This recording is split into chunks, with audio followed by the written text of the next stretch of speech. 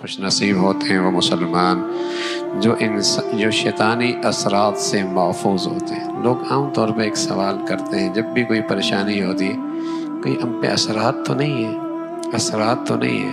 ہم انہیں کہتے ہیں کیوں نہیں ہے اثرات؟ جب گناہ کی تو شیطان کے اثرات تو ضرور ہیں، اثرات تو ہیں، شیطان کے اثرات تو ہیں، تبھی تو یہ ہو رہا۔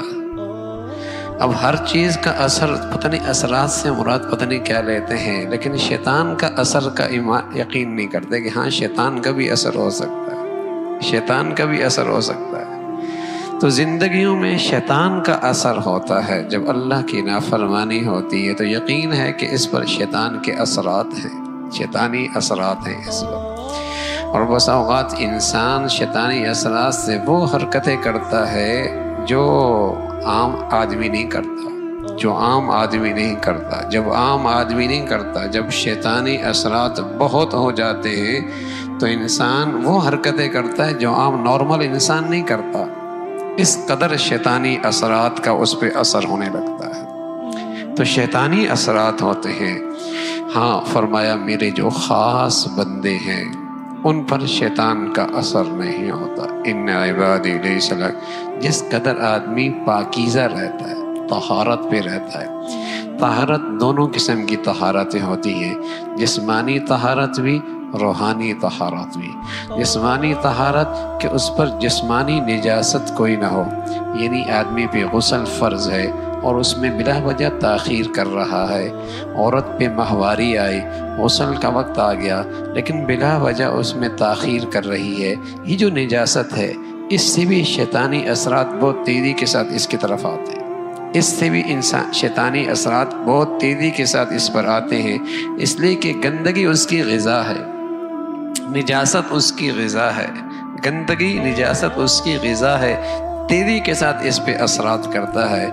دوسری روحانی طہارت، گناہوں کی گندگی، گناہوں کی گندگی یہ بھی ایسی چیز ہے، یہ بھی شیطان کی خاص غذا ہے۔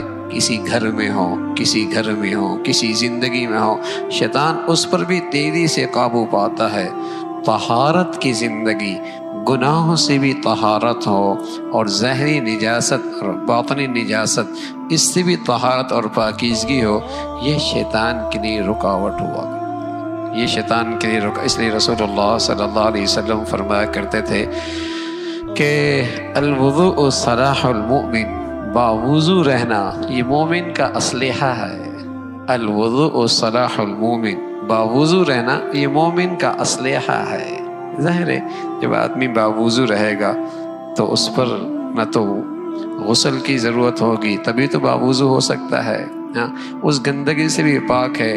اور آدمی جب ہر وقت باوضو رہتا ہے، الوضوء صلاح المؤمن، اس کی برکت سے گناہوں کی گندگیوں سے بچنا بھی آسان ہو جاتا ہے، شیطانی اثرات سے بھی محفوظ رہتا ہے، گناہوں کے گندگیوں سے بھی بچنا آسان ہوتا ہے۔ الوضوء صلاح المؤمن، وضو مومن کا اسلحہ ہے۔ تو طہارت کی زندگی سے شیطانی اثرات سے آدمی محفوظ رہتا ہے۔